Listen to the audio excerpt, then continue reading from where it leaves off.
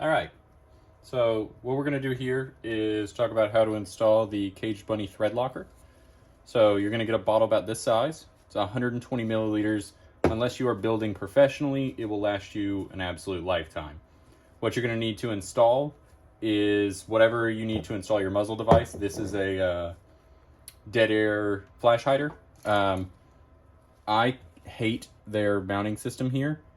So I just throw a wrench over the actual flat tines here. The Threadlocker does most of the work. I can still get it torqued on. I've never bent one or anything, so it seems to work fine for me. You're going to need a heat gun or a blowtorch, whichever method you want to go with. I'll discuss both. I'll do the heat gun and then probably just cut it so y'all aren't sitting here for 3 minutes, 5 minutes while this goes. And then if you need to time your brake or a flash hider, you need shims. I've already gotten mine out, figured out which ones I needed and everything, so this will go pretty fast.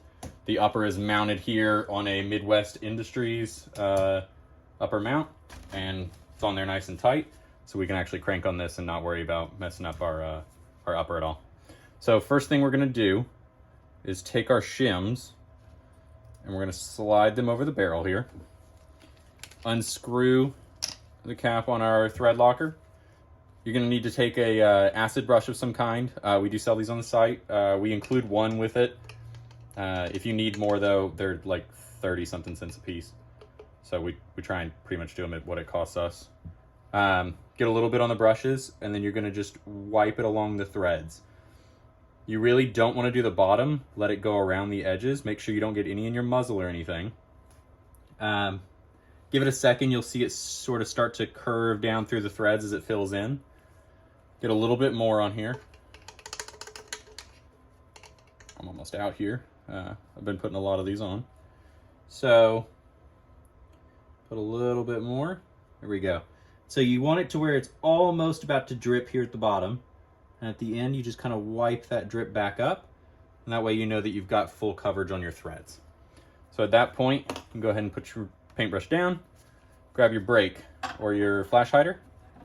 And go ahead and start to thread that on. Once you've got that where you want it, you can throw a wrench on, tighten it down.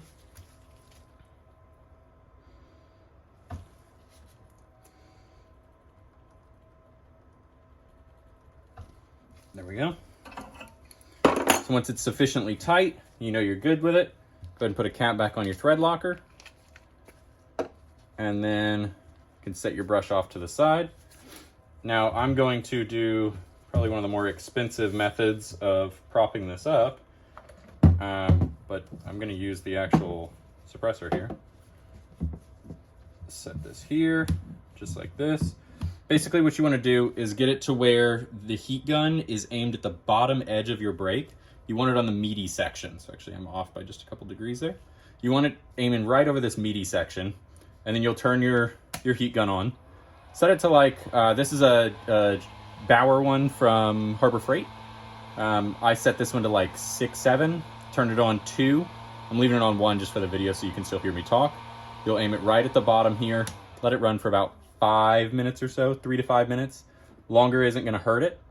When you come back, if you do have a pin and weld hole like these dead air ones do, you might see a little bit of white powder coming out of that.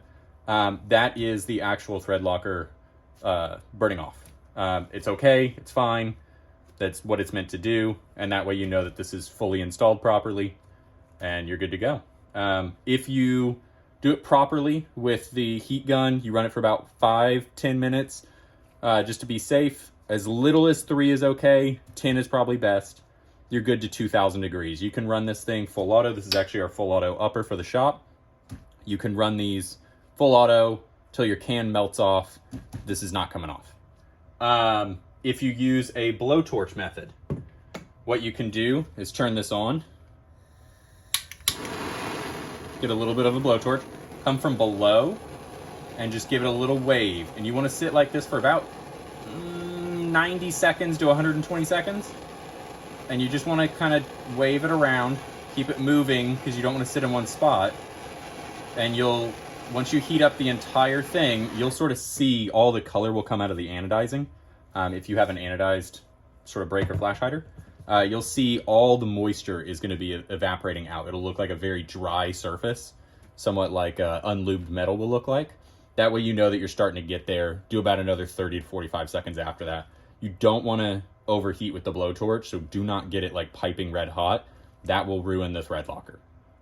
When it's in this flash off phase, you just want to get it to about 200 to 250, and that's it. It just really needs to hit that and then self-cool. So you'll let this just sit after you run either the heat gun or the blowtorch. You're just going to let it sit until it's completely cool to the touch, and then you're good to throw your suppressor on, give it a shot, and go wild. This is Bun Lube. If y'all need any help, just go ahead and email us at orders@bunlube.com. Thank you.